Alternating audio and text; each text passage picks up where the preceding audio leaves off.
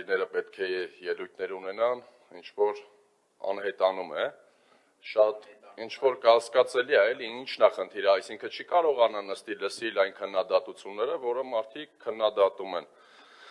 Դա այդքան էլ էական չէ, ուղղակի դա ոչ թե մեր հանդեպ է, այլ մեր ժողովրդի հանդեպ անհարգալից վերաբերմունք է, որովհետև դիմադիրները ընտրվել են Դուք ժողովրդի ձայնով։ Դա մեկ չէ, ես բանավեճի չեմ մտնում։ Ձեր ժամանակը պահած է, պետք է արձագանքեմ։ Դուք նիստի ժամանակ բոլոր ավականու անդամները ճիշտ է դուրս գալիս են տարբեր կարիքներով կամ տարբեր հարցերով, քաղաքապետը նիստը վարող է, չի կարող հավերժ նստել այս նիստը վարել։ Տեսեք, շարունակեք։ Հիմա շարունակում եմ,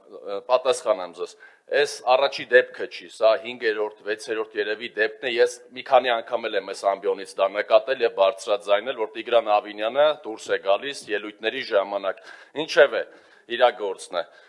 Տեսեք, սիրելի երևանցիներ, այն որ Տիգրան Ավինյանը վերջին գործակարգավարականներին որոշ մարդկանց փորձեց վիրավորել, գլուխներդ կախ պետք է ման գան, հիմա խնդրում եմ այս տեսանյութը ես միացնեմ, թող մեր քաղաքացիները տեսնեն, խնդրում եմ մոտեցրեք։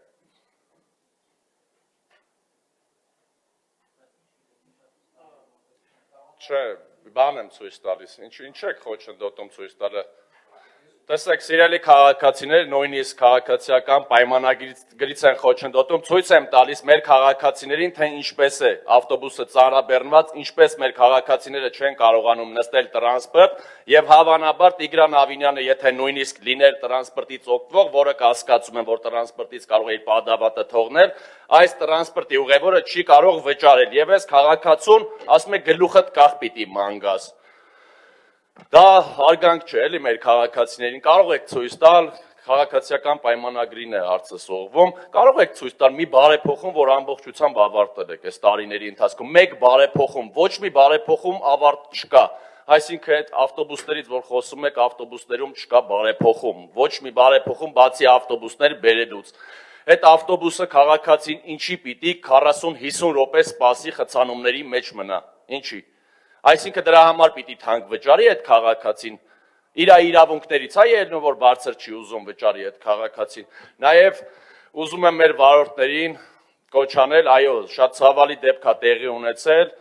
ես էլ եմ դատապարտում, չի կարելի բռնություն, մեր վարորդների նկատմամբ, մեր քաղաքացիների ընդհանուր եմ ասում, մեր քաղաքացիներին էլ եմ կոչանում հանդուրժող եղեք բոլորդ, սիրելի վարորդներ, դուք էլ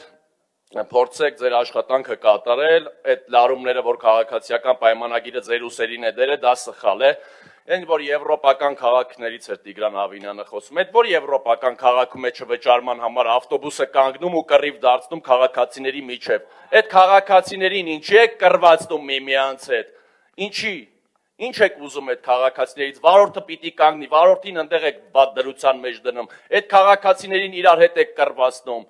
այսինքն ուր եք ուզում հասնել, բա հսկիչներ ինչի համար էիք դրել, որ մտնեն տուգանեն, խիփ քաղաքացին պիտի մյուս քաղաքացու հետ կռիվ անի, ինչ եք ուզում դրանով սերմանեք, էլի, ավտոբուսների մասով սա, հաջորդիվ անցնեք, տեսեք, վերջերս ես մի տարու կեսա խոսում եք վերամշակման գործարանից, բայց այստեղ գալիս էիք Տիգրան Ավինյանին զեկուցվեց, ինչ-որ